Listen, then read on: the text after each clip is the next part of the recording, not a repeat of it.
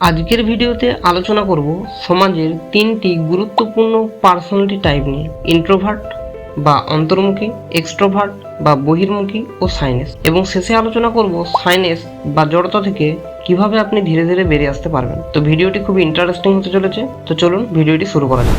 সমাজে দুই ধরনের ছেলে মেয়ে থাকে। এক ধরনের হলো এক্সট্রোভার্ট। সাধারণভাবে বললে এক্সট্রোভার্ট হলো তারা যারা বেশি কথা বলে ও ইন্ট্রোভার্ট হলো তারা যারা কম কথা বলে। এক্সট্রোভার্টরা স্মার্ট হয়ে থাকে এবং সোসাইটি এদের স্মার্ট মনেও করে। জীবনের অনেক কিছুতেই তারা সফল হয়। এরা সহজেই যে কারোর সাথে মিশে যেতে পারে। এদের পাবলিক স্পিকিং স্কিল ভালো হয়। এদের লিড করার ক্ষমতা খুব ভালো হয়। পেশায় এরা কোম্পানির ম্যানেজার, টিচার, ইঞ্জিনিয়ার, পলিটিশিয়ান, ওনার এবং অনেক ছোট ছোট পেশাতে এদের দেখতে পাবেন। এরপর আলোচনা করা যাক ইন্ট্রোভার্ট পার্সোনালিটি নিয়ে। ইন্ট্রোভার্ট হলো তারা যারা বেশি কথা বলতে পছন্দ করে না। এরা স্বভাবত একটু গম্ভীর প্রকৃতির হয়।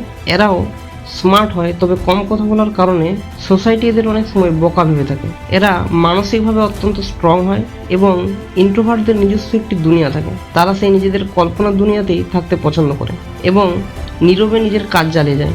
এদের সমাজের সঙ্গে কোনো সম্পর্ক থাকে না। এরাও সহজে যে কারোর সাথে কথা বলতে পারে।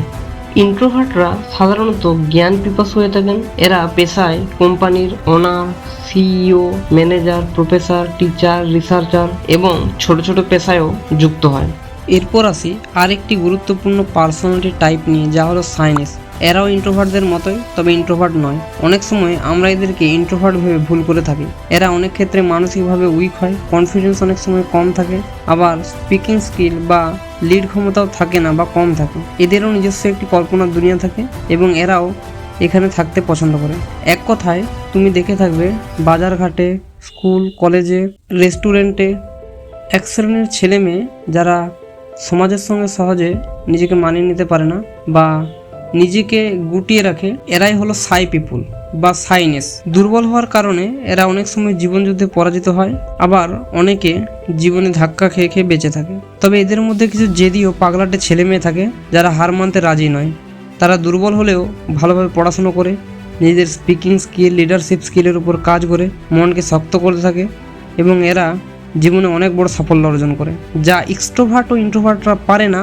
এরা সেটাও পারে। এদের বয়স যখন 26 থেকে 30 হয় তখন এরাও স্বাভাবিক মানুষ হয়ে ওঠে। এদের মধ্যেও স্মার্টনেস আছে, স্পিকিং স্কিল আছে, আর এরা নিজস্ব ফিল্ডের কিং হয়ে ওঠে। এদেরকে এদের ফিল্ডে টক্কর দেওয়ার মতো কেউ থাকে না।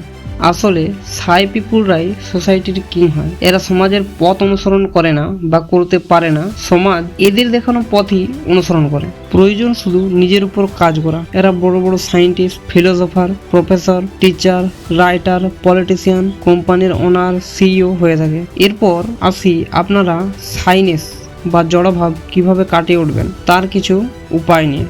প্রথমত, আপনি যদি মানুষের সঙ্গে কথা বলতে ভয় পান, তবে এই ভয়ের বিরুদ্ধে গিয়ে মানুষের সঙ্গে কথা বলার চেষ্টা করুন। তবেই ধীরে ধীরে আপনার স্পিকিং স্কিল ঠিক হবে এবং আপনার মনে সমাজের প্রতি যে ভয় ছিল তা ধীরে ধীরে কমে যাবে। দ্বিতীয়ত, নতুন মানুষের সঙ্গে কথা বলুন।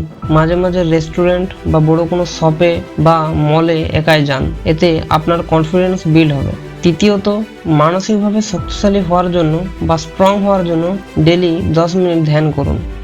4 নম্বর, শেষ এবং সবচেয়ে গুরুত্বপূর্ণ উপায়, আপনাকে যে সমাজে সবাই চেনে, আপনার পাস্টকে যারা জানে, আমার কথাগুলো শোনার পর যদি আপনি তাদের সঙ্গে কথা বলতে যান বা কথা বলার চেষ্টা করেন, তবে তারা আপনার মজা ওড়াবে। তাহলে আপনি কি করবেন?